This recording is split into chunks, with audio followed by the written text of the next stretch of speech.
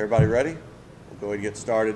Thanks so much for coming today. Good afternoon. I know I'm the only thing that keeps you guys away from the food truck, so I'll try not to go on too long, but hope you can enjoy some of the refreshments that we'll be having for our fans here at Assembly Hall or at Memorial Stadium this year. I want to talk a little bit about football from the administrative side. I know you've been talking to Kevin and the guys a lot on more of the football side about what we're trying to do as administrators to support the program. We'll talk about investments in the program, promotions, game day experience, and unfortunately a little traffic.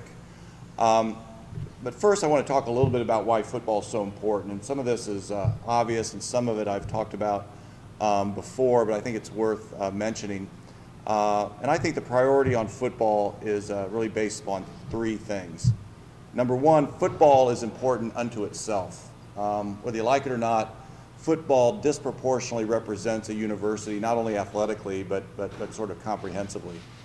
And I think Wells was the first one to say, if we're going to have football, we need to be excellent in football. And President McRobbie said the same thing to me. If we're going to have the program, let's make it excellent. I think you've probably heard Kevin Wilson say, hey, we're an excellent school. We need to have an excellent football program. And it's not a newsflash that we have not been excellent in football. And I think we owe it to our fans and our alumni to have an excellent football program. And so we care about football because it's football and football is important. We also care about football because it drives so much of the other things that we're trying to do in the athletic department. Indiana University Athletics is the second most underfunded athletic department in the conference. If you take our budget and divide it by the number of sports we sponsor, you come up with a number that is the smallest in the conference, but for Rutgers. And that creates a certain set of challenges in terms of being competitive. And the reason that we are low in terms of our funding is because we have a small football stadium, we don't fill it. The best funded athletic departments have very large football stadiums and they fill it. Michigan, Penn State, and Ohio State, all competitors in the Big Ten East, make more money in one football game than we make in an entire 7-game home schedule. That's what we're trying to compete against. An Iowa newspaper several years ago, I think in 2012, did a comparison study and found that Michigan made the most money off of football at $45 million per year, and Indiana University made the least amount of money off football, about $4.5 million per year. And I know our number's gone up. It's closer to 10 now, but Michigan's gone up dramatically. So what I'm trying to say is the stakes are high in terms of improving football so we can increase our revenue number to not only help the football program, but help the entire athletic department. And we can do that even at the current size of Memorial Stadium, 52,929. If we're able to fill that stadium week in and week out, that would be $10 million to the bottom line. Because the fixed costs are the same. It costs the same to throw a party for 22,000 people as it does 52,929. And $10 million on an $85 million-ish budget is real money. So there's an issue that transcends football that goes beyond the rest of the athletic department, which is why we're very focused on improving the football program. And then finally, I think that football is an important binder for the student body. I believe that if you attend football games as a college student at Indiana, you're more likely to attend as an alumnus. And if you attend as an alumnus, you're more likely to get involved in your school, your Dean's Advisory Council, maybe make a gateway gift to the IU Foundation. I think it's not for everybody, but I think it can be glue that is a part of campus life that continues a lifelong connection with Indiana. So I think we as an athletic department owe it to our football team, the department, and really the university at large to have an excellent football program, and that's why we've been very focused on trying to do just that. So this afternoon I'd like to talk a little bit about how we're trying to continue to do that with investments, with promotions, game day experience, and then try to mitigate some of the traffic issues that I know everybody in this area is quite familiar with.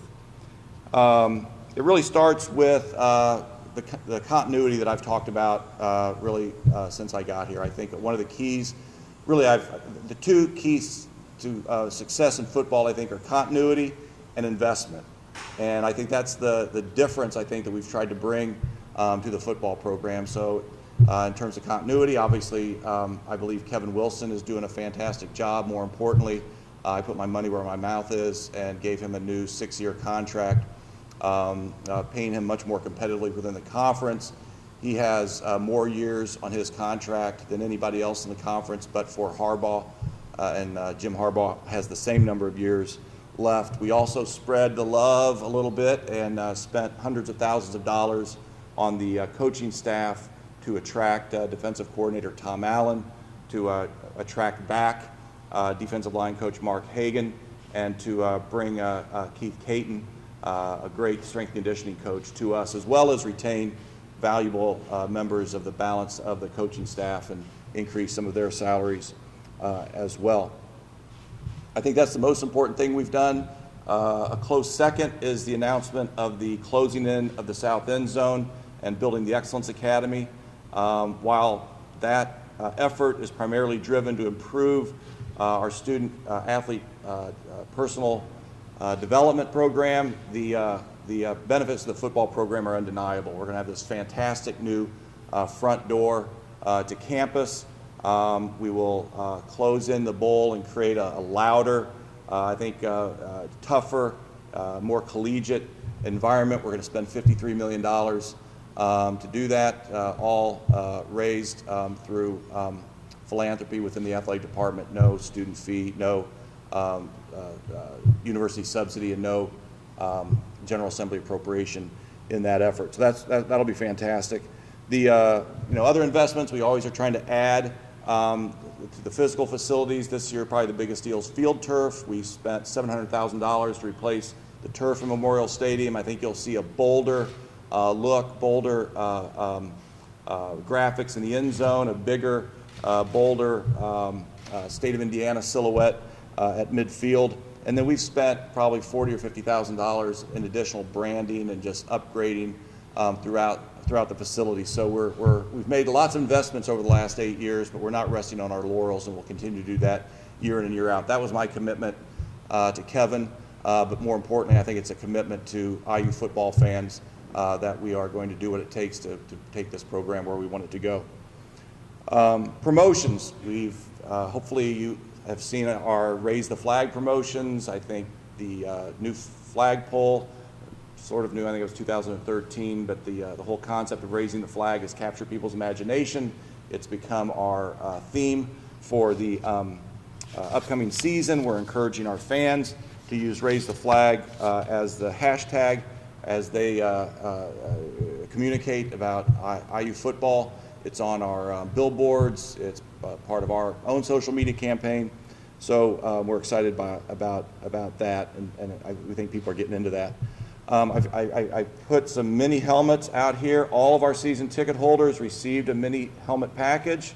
My granddaughter Betsy enjoyed the mini helmets quite a bit. I hope others did as well. We're having some fun with our helmets. We'll do some fun things with helmets and alternative uniforms this year, so that'll be great. And then this is actually my ticket booklet. I am a season ticket holder. This is my ticket booklet, and if any of you guys go for free and you have your press credentials and all that, so you don't know what real people have to do. They have to buy tickets to go, and when they get their envelope, all this stuff would fall out, and it'd be like a magazine with the coupons falling out, and it was all kind of trashy. And so we put together this really nice booklet. It's got a message from Kevin. It's got our schedule.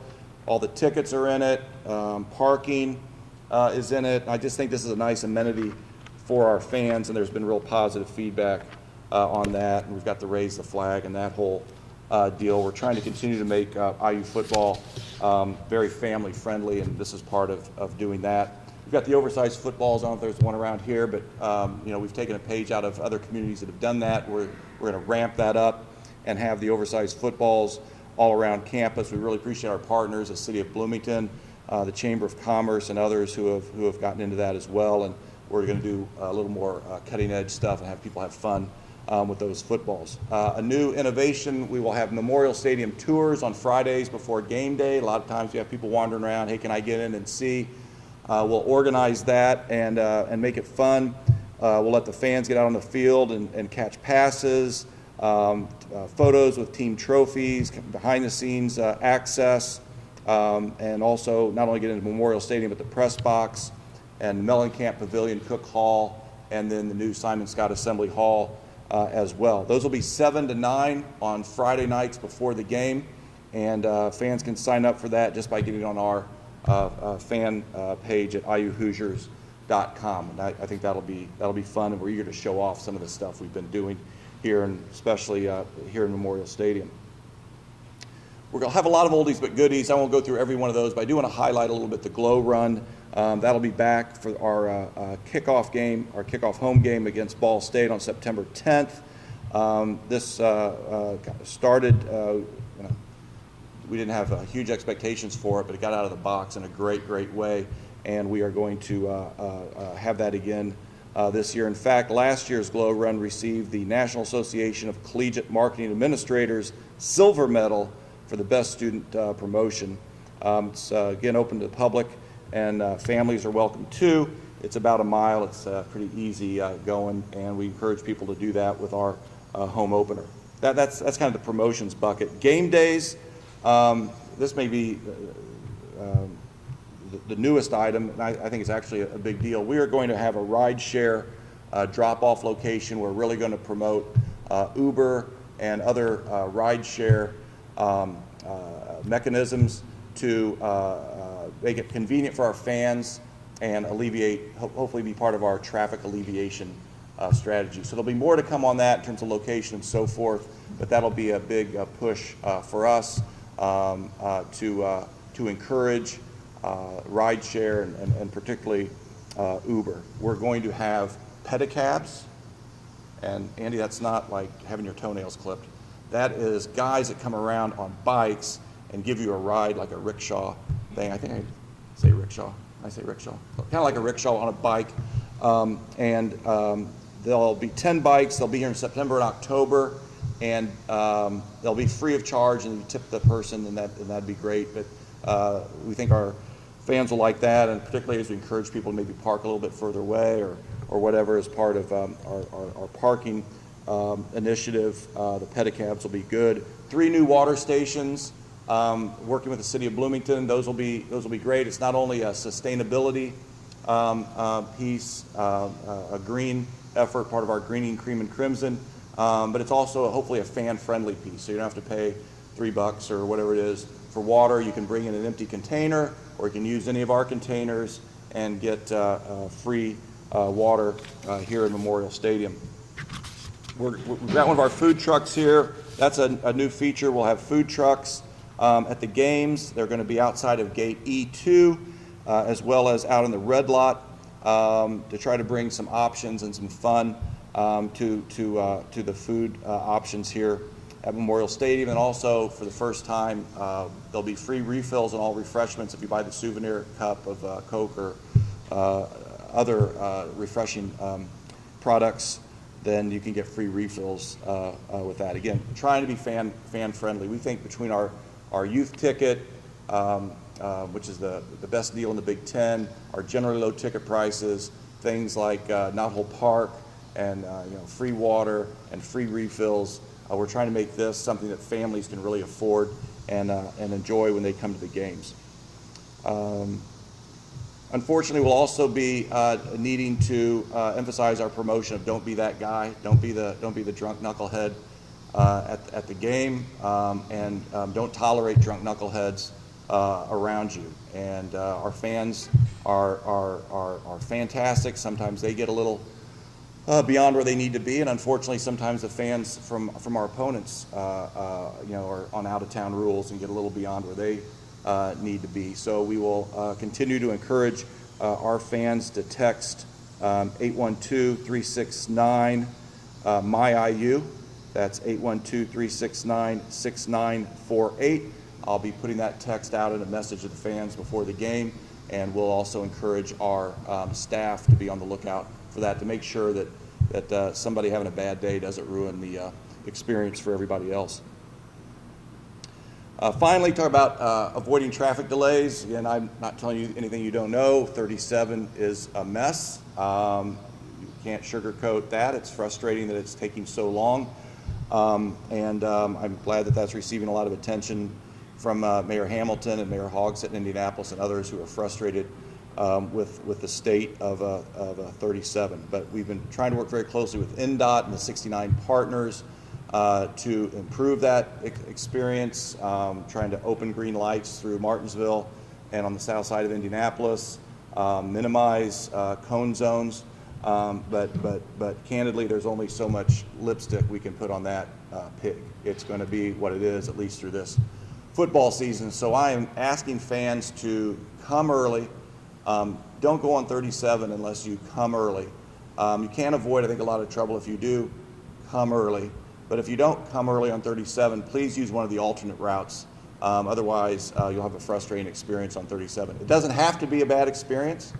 Come down early. We open the parking lots 5 hours before game time. We open Hoosier Village, is it 3 hours before game time? So you can have a great time coming early. Or if you don't want to come so early, just come a different way. Come down 67, come down 65, and it's not going to take you that much longer than it normally would, and you'll be in a lot better shape when you get down here. So we're going to put on our website, and I'll have in the press release some of the details on that. But if I were advising my family on how to go, and as I do, I would tell them to take Highway 67 down to Spencer and then across 46 into Bloomington.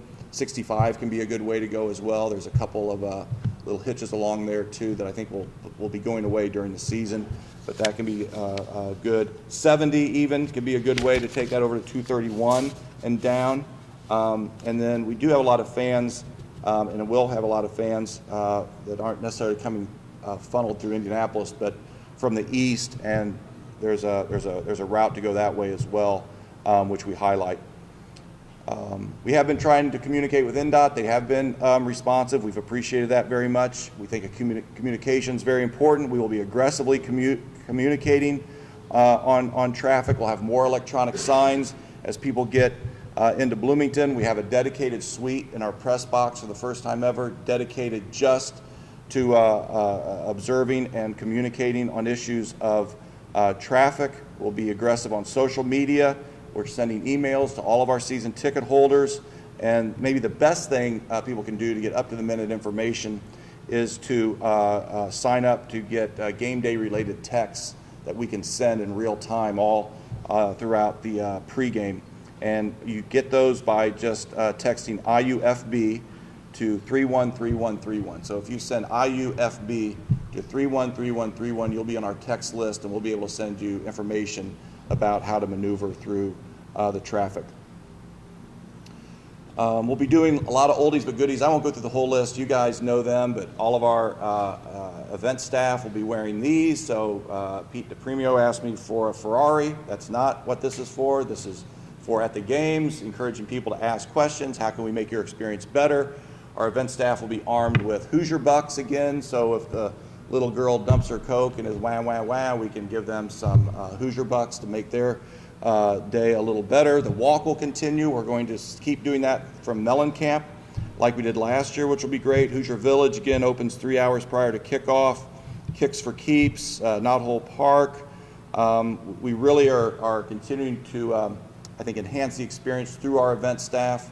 And that'll include uniform greetings that we've tried to do about welcoming people to IU and hoping they had a great day at IU. I won't bore you with all the other details of these. They're in the press release that we'll be putting out. I will maybe make one note that the Fan Advisory Board, which has really helped us generate a lot of these ideas, continues. We've put out an alert asking people if they're interested in being a part of that to let us know.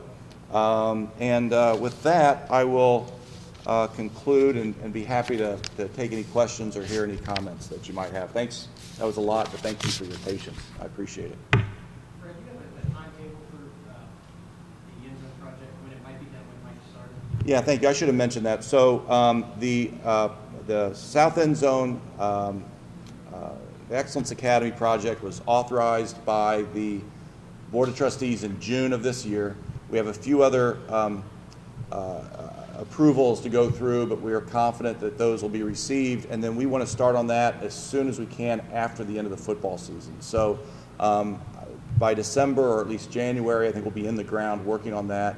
It's an 18-month process, so we'll be in process on the following season and then open for business the season after that. And I'm really, really excited about it. The implications for football are pretty obvious. We will take that opportunity to improve the football locker room, which has grown a little tired compared to a lot of the other new stuff that we've done. But it'll be a very student-athlete centered building for leadership and life skills, health and wellness, rehabilitation, nutrition.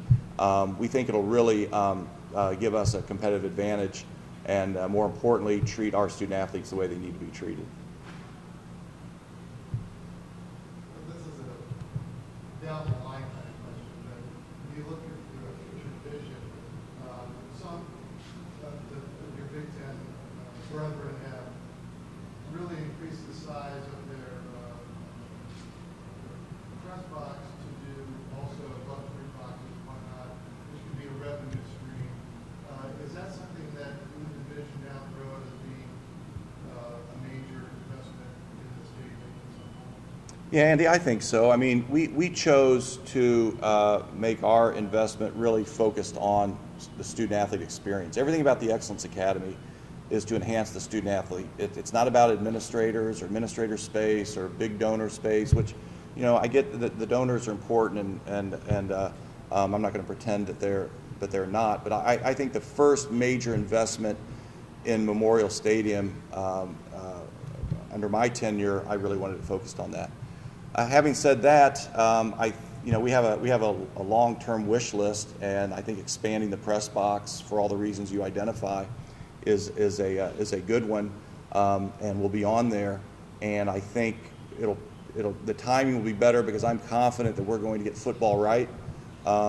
This is a tough market in football with the Colts, and I think Purdue's experienced that. So I think the best time to do that is when we really got football rocking and rolling, and I'm confident that will happen. I know you talked before about two potential projects.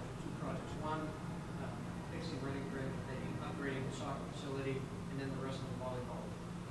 Where are you at with those things? Yeah, that's a great question. Thank you for that. And I'll take a step back. So, since I got here in 2009, we have opened $130 million worth of new facilities.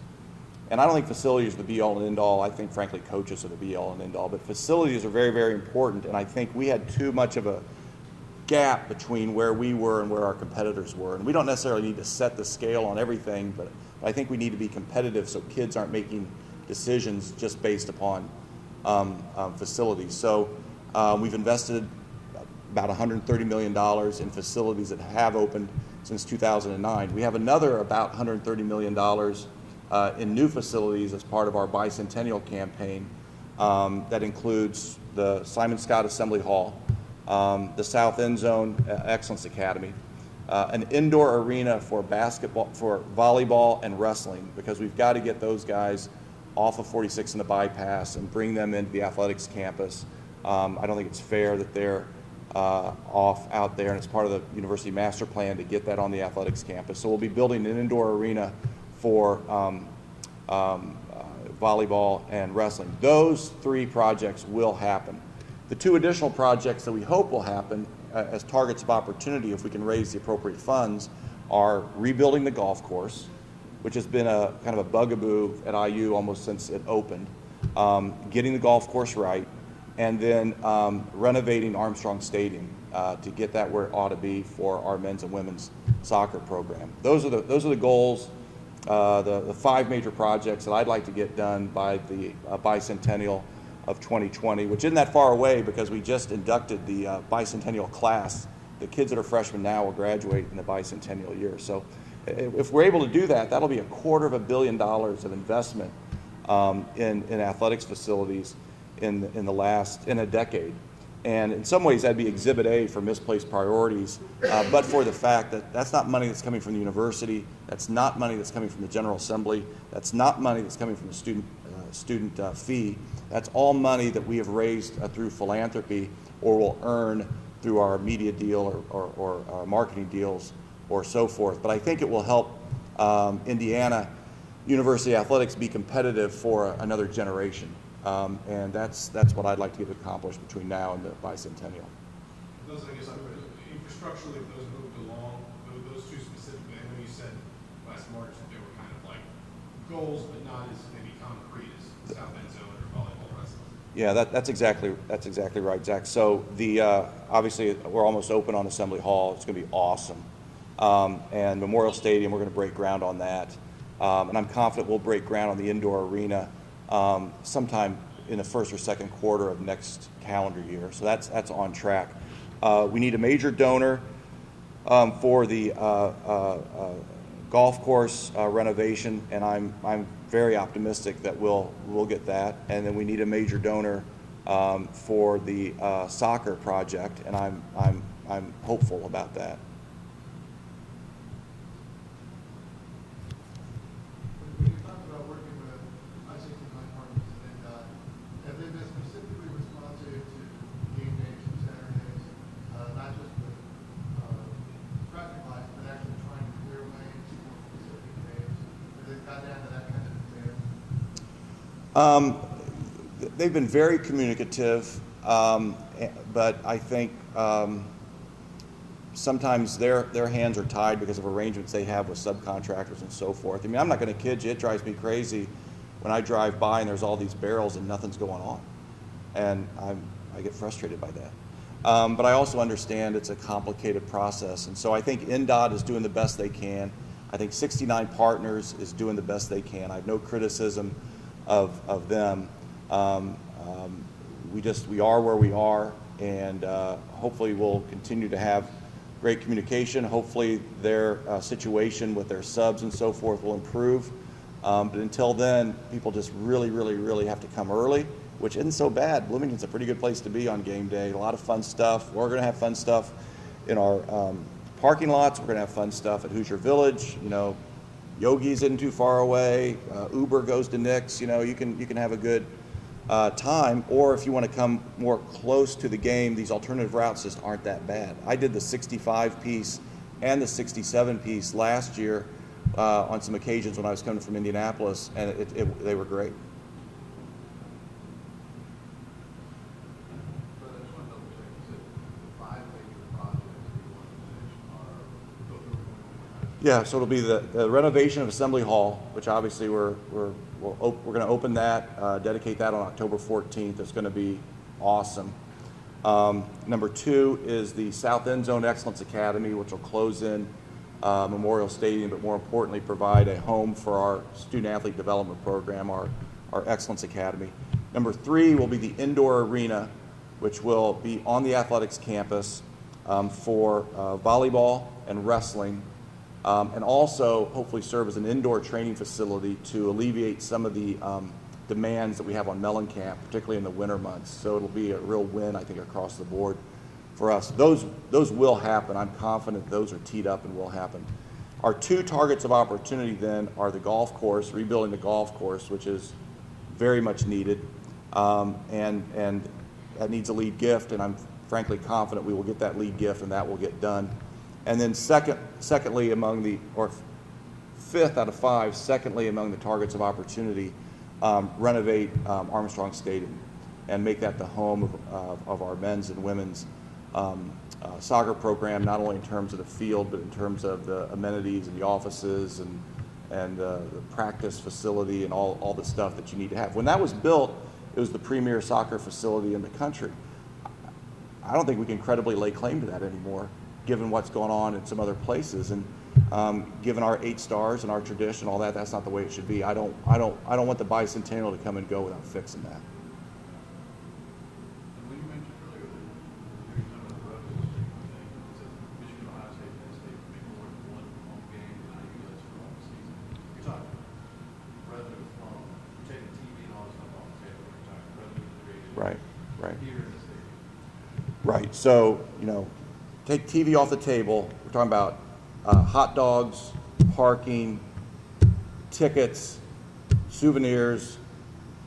Michigan, Ohio State, and Penn State make more money in one football game than we make in an entire 7-game home schedule. And, that makes it challenging to compete. Now, I'm not singing the blues about that. I think we find a bunch of ways to compete. I think we're competing through creativity with things like the Excellence Academy and the Student Athlete Bill of Rights and the 24 Sports One team. And I think we're punching beyond our weight class, but it'll very much help us if we're at 52,929 game in and game out,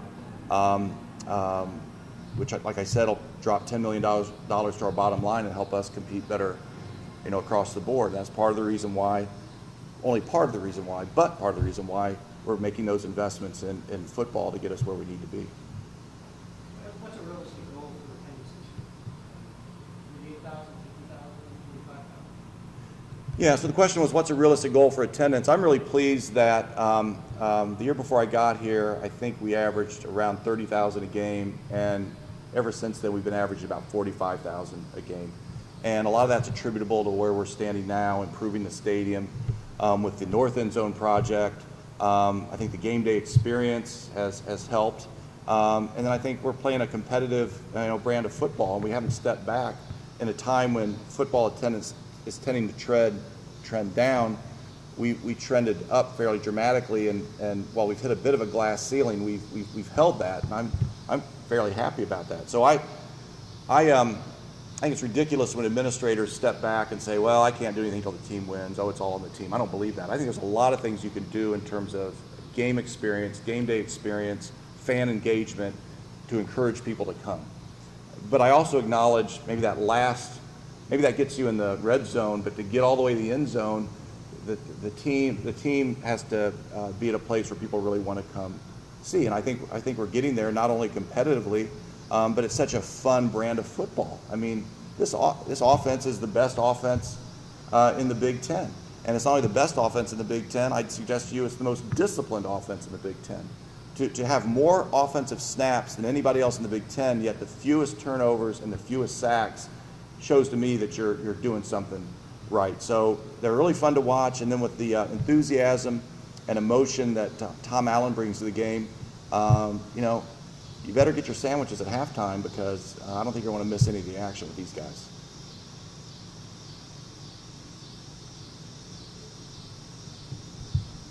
Anything else? Well, speaking of sandwiches, and we're right about 4:30, so this was good. Please feel free to get some good stuff from the food truck and hang out, and really appreciate your time and attention. Anything else before we close? All righty. Well, thanks so much, and go IU.